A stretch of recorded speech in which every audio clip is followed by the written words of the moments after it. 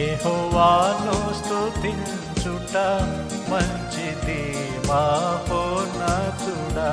నీ నామమును సంకీర్తనము చేయుట మంచిది. నీ నామమును సంకీర్తనము చేయుట మంచిది. ఉదయమునందు నీదు కృపను, ప్రతి రాత్రిలోని విశ్వాసతను.